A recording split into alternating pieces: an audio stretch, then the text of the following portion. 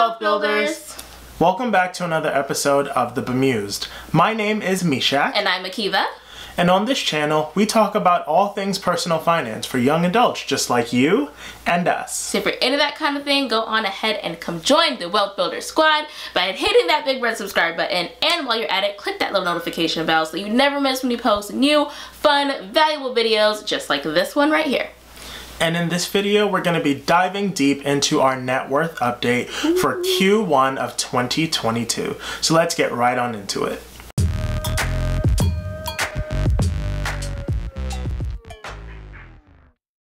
So if you guys have been following us for a little while, you know that we do these every quarter, and every quarter I tell you to excuse me because I'm going to be looking down at the information that's on the laptop. And this quarter is no different. So let's get started. So we're going to start with assets. And we start with cash. So our total as of the end of quarter one was $130,700. It's a lot of money. Then in receivables, that's new, isn't it? Yes, it's new. He never looks at the numbers before we do these things. So, but I knew it was new though. I knew it was new. Yeah, well that's a good sign, dear. So this quarter, I incurred a lot of like employment related expenses, like stuff for my day job that they owe me in my next check. But because usually I don't include that kind of stuff, but because it was a pretty sizable amount, like a meaningful amount this time, I decided to just put it on there because it's over $3,000 that's coming in my next check that they owe me. So, you know, makes a difference in this context. All right, so receivables, we have $3,145. Then going down to liquid investments and retirement accounts, we have $73,069. Then for our home, and this amount stays the same quarter over quarter, but we do believe that we could get more if we decided to sell it, is $242,000. And then for our cars, this quarter looks like it might have went up a little bit. We have it at $10,920. That brings our grand total assets up to $459,833. Now let's go down to the liabilities, all of our debts, where things get always very much interesting, all right? So first, our largest debt, our mortgage, now stands at $224,496, so just paying according to schedule. Credit cards, $3,947. Once again, before anybody has a panic attack, we do not hold credit card debt. This just happens to be what the balance was on all of our 8 credit cards combined as of March 31st. We always pay off our balances in full on time every single month. It just happened to be that much this month. Then there is a new line item, which is taxes. So right now we owe some state taxes, which totally we anticipated, knew we were gonna have to pay. And then of course, you know, me being me, I'm like, well, why are we paying this so early again? So it's gonna auto debit like the week of tax day. I think it's gonna go out next week or something like that. Well, the week that you're watching this video, it'll be debited by then. But point is, it's like $2,000, so I was like, let's put it on there because it is technically a liability that we have that we need to pay. So $2,070 that we owe to the state. And last but certainly not least, our student loans. Those lovely student loans currently stand at $133,492 for total liabilities of $364,005. So if anybody here can do math, drum roll. It's very like anticlimactic because we've already said all the numbers. Our total net worth is $95,828. So we're positive still.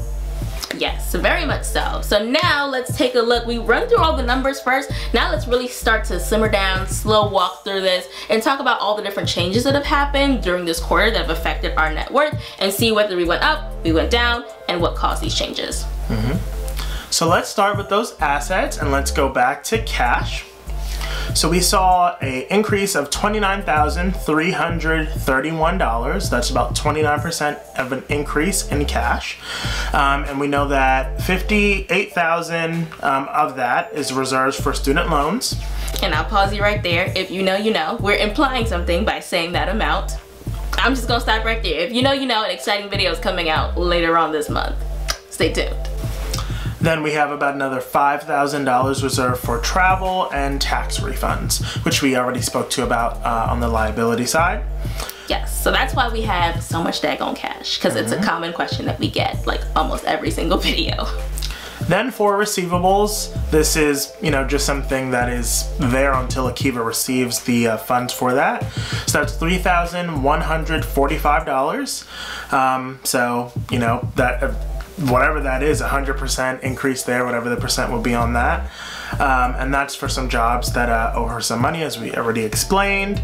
Then going down to liquid investments and retirement accounts, we saw an increase of $2,660. That's about a 4% increase, and that— I think it's still a record high. I think this is still the highest our accounts have been, despite the shoddy performance of the markets this quarter. It seemed pretty low to me, in my opinion, seeing these numbers for the first time, knowing that Akiva's job put in all of her contributions in February. I don't know, like, yes. It just seems like maybe some things happened there with the market where it didn't perform as well. We still came out on top, but, you know, just not as well. All of that was contributions. The market was down, so that's not even like our full contributions. Okay. So that's why it still grew, because we contributed money, but the markets did not do very well. So okay, that makes sense. And if you're wondering, Akiva's match or contribution was $2,430, so that speaks to how badly the markets were doing this past quarter, if the profit or the increase was only $2,660. Yeah, and for those who don't know, my job only does matching once a year. So everything I put in for 2021, that is my match for the calendar year. All right, next we're going down to our home, which doesn't change, so 0% change there, no movement. But as we previously stated, we think that we could get a little bit more than that if we were to sell today.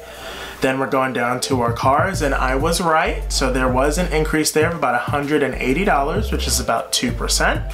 So that brings our total asset change to $35,317, which is about 8%. So not too bad. That's pretty good. Not too bad. That is pretty good for 3 months of work, okay? So our liabilities, let's see what's going on there. For our mortgage, like I said, we're paying this slow and steady. It continues to be this 1% change that we see each and every quarter. We are not fast paying that. We're just paying it according to our amortization schedule. So no big news there. Credit cards, again, inconsequential, no big news there. Just happened to be whatever it was. This quarter happened to be a bit more on the credit cards, primarily due to the spending that I had to do for my job. So that is why the bill is so high this quarter. Taxes, of course, we explained that's a new line item. It is what it is. We just pay it. No big deal. We were anticipating it. It's all good. And student loans has a 0 change because we have not made any payments for like the past 2-3 quarters. I think our last payment was in June of 2021. So yeah, I guess 9 months ago at this point was when we made our last student loan payment. Again, we might see some change in that next quarter.